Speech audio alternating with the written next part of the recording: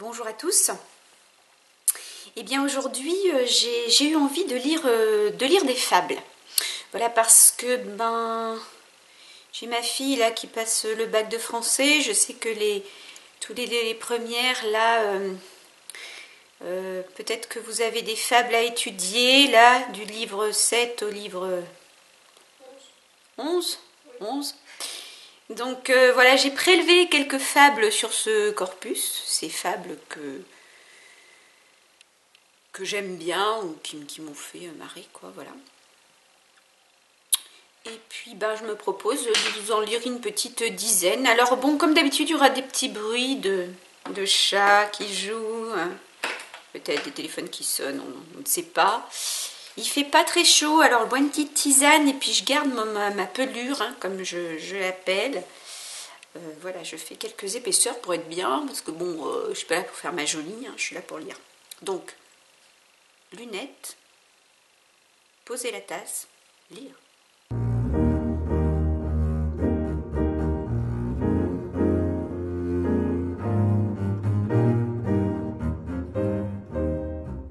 Et donc on commence avec le héron suivi de la fille. C'est parti. Un jour, sur ses longs pieds, allé je ne sais où, le héron au long bec emmanchait d'un long cou. Il côtoyait une rivière. L'onde était transparente ainsi qu'au plus beau jour. Ma commère la carpe y faisait mille tours avec le brochet son compère. Le héron en eût fait aisément son profit.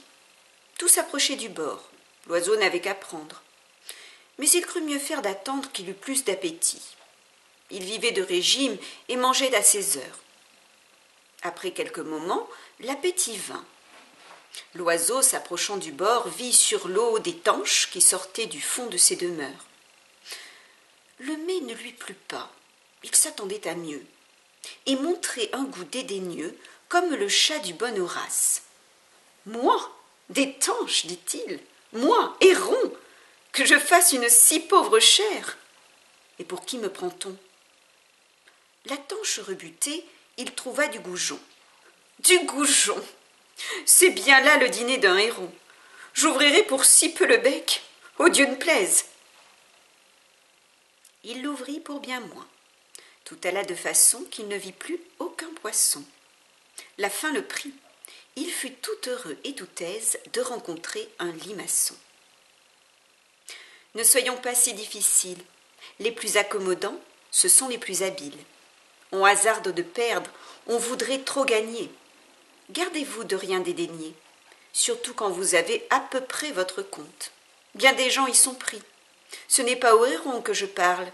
Écoutez, humain, un autre conte. Vous verrez que chez vous, j'ai puisé ces leçons.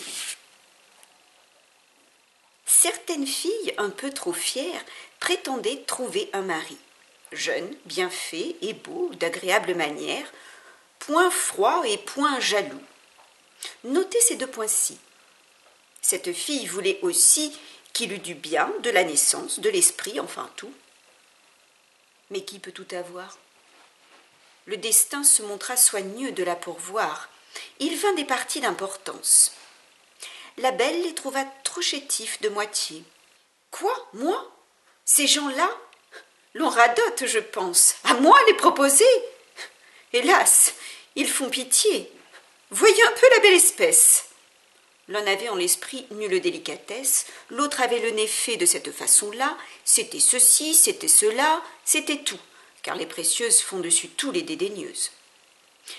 Après les bons partis, les médiocres gens vinrent se mettre sur les rangs.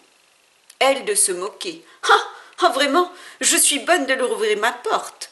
Ils pensent que je suis fort en peine de ma personne. Grâce à Dieu, je passe les nuits sans chagrin, quoiqu'en solitude.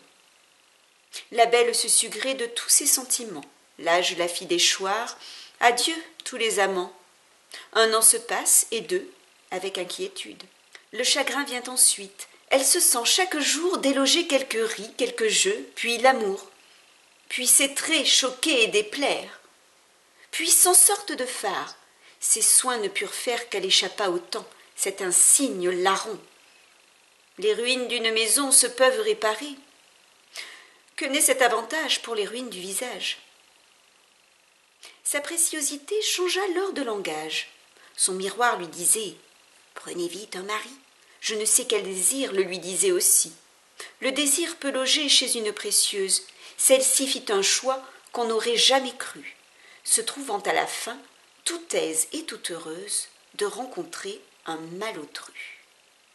Oh, mais que cette fable est machiste, c'est pas féministe du tout ça, La Fontaine, là. C'est pas bien, c'est moche.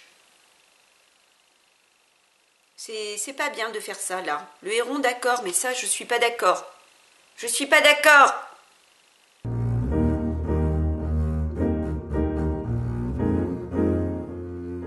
On poursuit avec le coche et la mouche. Alors, j'aime beaucoup le coche et la mouche parce que, et vous comme moi, je connais beaucoup de gens qui font le rôle de la mouche.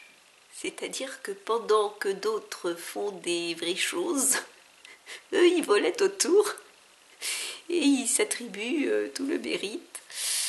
Voilà, c'est... Bon, je la lis.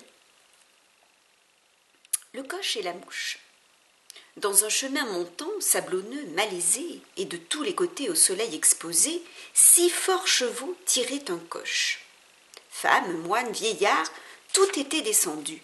L'attelage sué, soufflé, était rendu.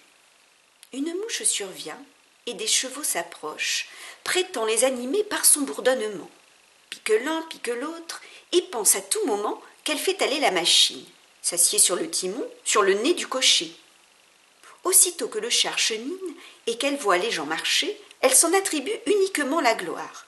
Va, vient, fait l'empresser. Il semble que ce soit un sergent de bataille allant en chaque endroit faire avancer ses gens et hâter la victoire. La mouche, en ce que moins besoin, se plaint qu'elle agit seule et qu'elle a tout le soin qu'aucun n'aide aux chevaux à se tirer d'affaire. Le moine disait son bréviaire, il prenait bien son temps. Une femme chantait, c'était bien de chansons qu'alors il s'agissait. Dame Mouche s'en va chanter à leurs oreilles et fait 100 sottises pareilles. Après bien du travail, le coche arrive au haut. « Respirons maintenant, dit la mouche aussitôt. J'ai tant fait que nos gens sont enfin dans la plaine. Ça, messieurs les chevaux, payez-moi de ma peine. »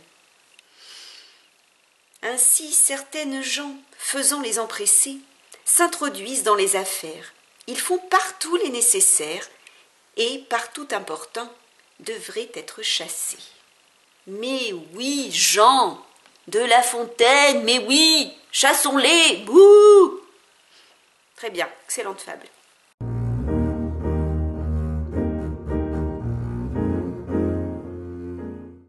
On poursuit avec la laitière et le pot-au-lait. Perrette, sur sa tête, ayant un pot-au-lait, bien posé sur un coussinet, prétendait arriver sans encombre à la ville. Légère et courvêtue, elle allait à grands pas, ayant mis ce jour-là, pour être plus agile, cotillon simple et souliers plats. Notre laitière, ainsi troussée, comptait déjà dans sa pensée tout le prix de son lait, en employait l'argent. Acheter un son d'œuf faisait triple couvée. La chose allait à bien par son soin diligent. Il m'est, disait-elle, facile d'élever des poulets autour de ma maison. Le renard sera bien habile s'il ne m'en laisse assez pour avoir un cochon. Le porc à s'engraisser coûtera peu de son. Il était quand je l'eus de grosseur raisonnable. J'aurai le revendant de l'argent bel et bon. Et qui m'empêchera de mettre en notre étable, vu le prix dont il est, une vache et son veau que je verrai sauter au milieu du troupeau. Perrette, là-dessus, saute aussi, transportée. Le lait tombe. Adieu, veau, vache, cochon, couvée. La dame de ses biens, quittant d'un œil mari sa fortune ainsi répandue, va s'excuser à son mari, en grand danger d'être battue. Le récit en farce en fut fait. On l'appela le pot-au-lait. Quel esprit ne bat la campagne? Qui ne fait château en Espagne? Picrocole, Pyrrhus, la laitière, enfin tous, autant les sages que les fous. Chacun songe en veillant, il n'est rien de plus doux. Une flatteuse erreur emporte alors nos âmes. Tout le bien du monde est à nous. tous les honneurs, toutes les femmes. Quand je suis seule, je fais au plus brave un défi. Je m'écarte, je vais détrôner le Sophie. On m'élit roi, mon peuple même. Les diadèmes vont sur ma tête pleuvant. Quelque accident fait-il que je rentre en moi-même? Je suis Grosjean comme devant. Bon, au temps du classicisme, l'imaginaire, la rêverie, tout ça, c'était pas bien. Voilà, on préférait la raison, tout ça, quoi. Mais bon, rêver, hein. Y a que ça qui coûte rien, comme dirait l'autre. Alors, on poursuit avec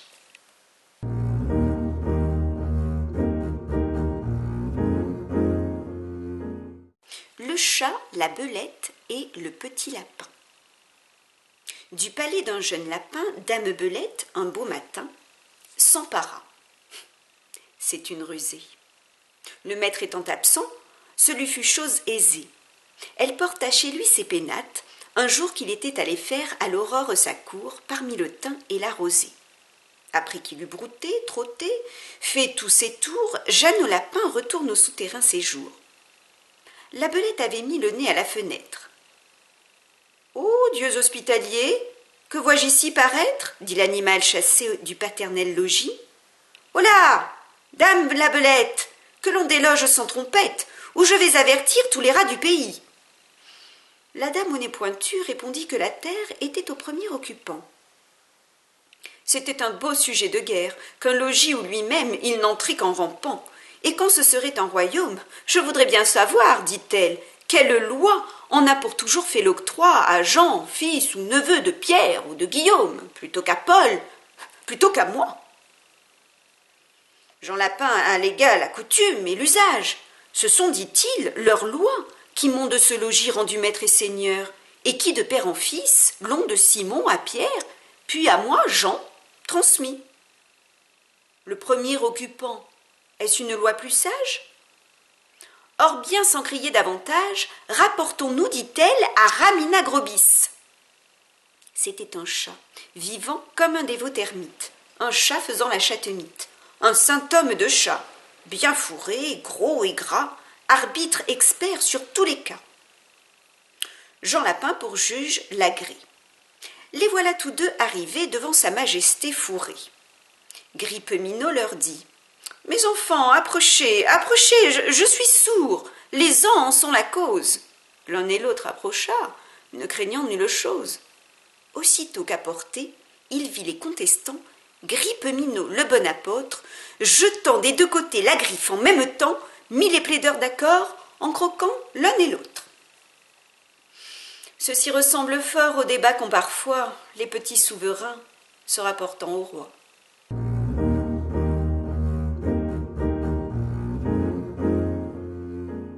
Les obsèques de la lionne. La femme du lion mourut. Aussitôt, chacun accourt pour s'acquitter envers le prince de certains compliments de consolation, qui sont surcroît d'affliction. Il fit avertir sa province que les obsèques se feraient un tel jour en tel lieu. Ses prévôts y seraient pour régler la cérémonie et pour placer la compagnie. Jugez si chacun d'eux s'y trouva. Le prince au cri s'abandonna, et tout son antre en résonna. Les lions n'ont point d'autre temple. On entendit à son exemple rugir en leur patois messieurs les courtisans. Je définis la cour, un pays où les gens tristes, gais, prêts à tout indifférent, sont ce qu'il plaît au prince, ou, s'ils ne peuvent l'être, tâchent au moins de le paraître. Peuple caméléon, peuple singe du maître. On dirait qu'un esprit anime mille corps. C'est bien là que les gens ont de simples ressorts. Pour revenir à notre affaire, le cerf ne pleura point. Comment eût-il pu faire? Cette mort le vengeait. La reine avait jadis étranglé sa femme et son fils. Bref, il ne pleura point. Un flatteur l'alla dire et soutint qu'il l'avait vu rire. La colère du roi, comme dit Salomon, est terrible, et surtout celle du roi lion.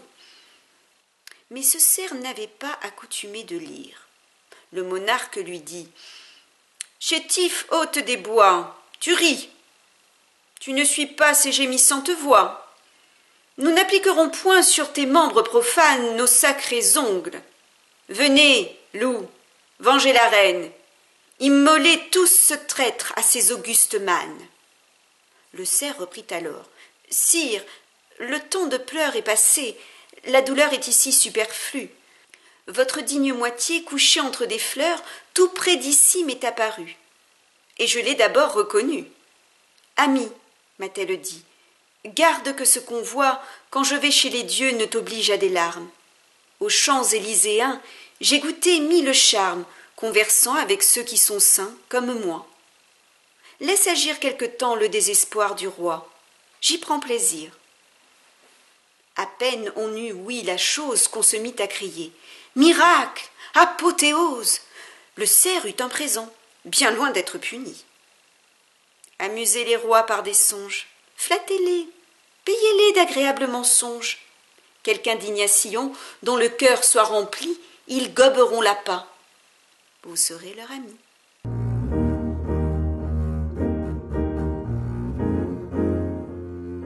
L'avantage de la science. Entre deux bourgeois d'une ville s'émut jadis un différend. L'un était pauvre mais habile, l'autre riche mais ignorant. Celui-ci, sur son concurrent, voulait emporter l'avantage, prétendait que tout homme sage était tenu de l'honorer. C'était tout homme sot, car pourquoi révérer des biens dépourvus de mérite? La raison m'en semble petite. Mon ami, disait-il souvent aux savants, vous vous croyez considérable, mais dites-moi, tenez-vous table? Que sert à vos pareils de lire incessamment? Ils sont toujours logés à la 3e chambre, vêtus au mois de juin comme au mois de décembre, ayant pour tout laquais leur ombre seulement. La République a bien affaire de gens qui ne dépensent rien. Je ne sais d'homme nécessaire que celui dont le luxe épand beaucoup de biens. Nous en usons, Dieu sait. Notre plaisir occupe l'artisan, le vendeur, celui qui fait la jupe et celle qui la porte, et vous qui dédiez à messieurs les gens de finance de méchants livres bien payés. Ces mots remplis d'impertinence eurent le sort qu'ils méritaient. L'homme lettré se tut, il avait trop à dire. La guerre le vengea bien mieux qu'une satire. Mars détruisit le lieu que nos gens habitaient. L'un et l'autre quitta la ville. L'ignorant resta sans asile. Il reçut partout des mépris. L'autre reçut partout quelque faveur nouvelle. Cela décida leur querelle. Laissez dire les sots, le savoir a son prix. Oh, je l'adore celle-là aussi!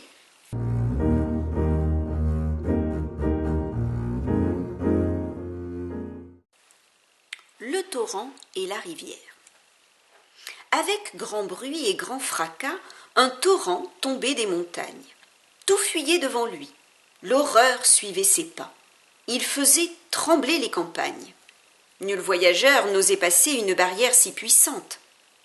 Un seul vit des voleurs, et se sentant pressé, il mit entre eux et lui cette onde menaçante. Ce n'était que menaces et bruit sans profondeur. Notre homme enfin n'eut que la peur. Ce succès lui donnant courage, et les mêmes voleurs le poursuivant toujours, il rencontra sur son passage une rivière, dont le cours, image d'un sommeil doux, paisible et tranquille, lui fit croire d'abord ce trajet fort facile. Point de bords escarpés, un sable pur et net. Il entre, et sur son cheval le met à couvert des voleurs, mais non de l'onde noire. Tous deux au Styx allèrent boire. Tous deux, à nager malheureux, allèrent traverser au séjour ténébreux bien d'autres fleuves que les nôtres. Les gens sans bruit sont dangereux. Il n'en est pas ainsi des autres. Et oui. Alors là, d'accord, mais par contre, les gens trop bruyants, moi, ça me gonfle. Hein. Ils sont peut-être pas dangereux, mais ils sont gonflants. Je rajouterai donc, les gens sans bruit sont dangereux, il n'en est pas ainsi des autres qui sont gonflants. Voilà. Petit apport personnel.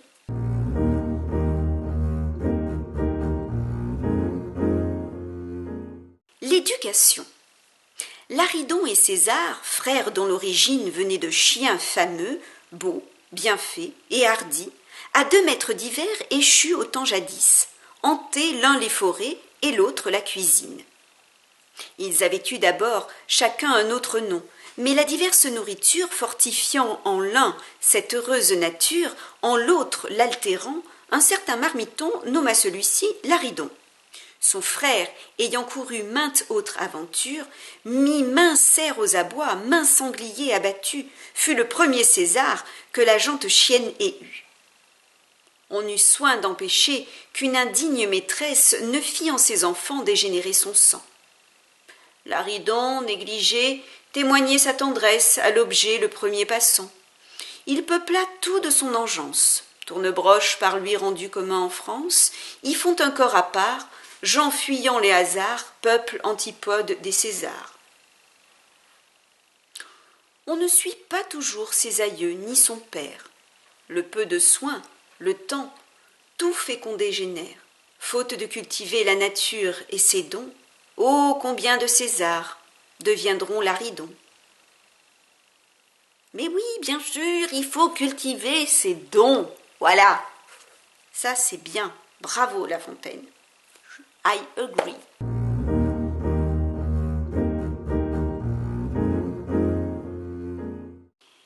Et pour la dernière fable, j'ai choisi La tortue et les deux canards. Parce que la tortue, elle est idiote et moi j'adore les gens idiots, les personnages stupides. On y va. La tortue et les deux canards. Une tortue était à la tête légère, qui, lasse de son trou, voulut voir le pays. Volontiers on fait cas d'une terre étrangère. Volontiers gens boiteux haïssent le logis. Deux canards à qui la commère communiqua ce beau dessein lui dirent qu'ils avaient de quoi la satisfaire. Voyez-vous ce large chemin? Nous vous voiturerons par l'air en Amérique. Vous verrez mainte république, maint royaume, maint peuple, et vous profiterez des différentes mœurs que vous remarquerez. Ulysse en fit autant. On ne s'attendait guère de voir Ulysse en cette affaire. La tortue écouta la proposition. Marche est fait. Les oiseaux forgent une machine pour transporter la pèlerine. Dans la gueule en travers, on lui passe un bâton. Serrez bien, dirent-ils, gardez de lâcher prise. Puis, chaque canard prend ce bâton par un bout. La tortue enlevée, on s'étonne partout de voir aller en cette guise l'animal lent et sa maison, justement au milieu de l'un et l'autre oison. Miracle, criait-on, venez voir dans les rues passer la reine des tortues. La reine? Vraiment oui, je la suis en effet, ne vous en moquez point. Elle eût beaucoup mieux fait de passer son chemin sans dire nulle chose. Car lâchant le bâton en desserrant les dents, elle tombe, elle crève aux pieds des regardants, son indiscrétion de sa perte fut cause. Imprudence, babile, et sotte vanité, et vaine curiosité ont ensemble étroit parentage. Ce sont enfants tous d'un lignage. Et voilà, faut essayer d'être un peu moins stupide, hein, un peu plus voilà, hein, sinon bon ben voilà, c'était la lecture des fables. J'espère que vous avez passé un bon moment. Vous pouvez me laisser en commentaire le titre de la fable que vous préférez. Vous pouvez me laisser en commentaire des fables que vous aimeriez que je lise. J'en ferai peut-être une petite liste et puis ça donnera peut-être lieu à une nouvelle vidéo. Bien sûr, vous pouvez aussi mettre un pouce en l'air et vous pouvez vous... C'était la mousse du coche. Vous abonner. Voilà, quant à moi, je vous souhaite une bonne journée. Ciao, ciao.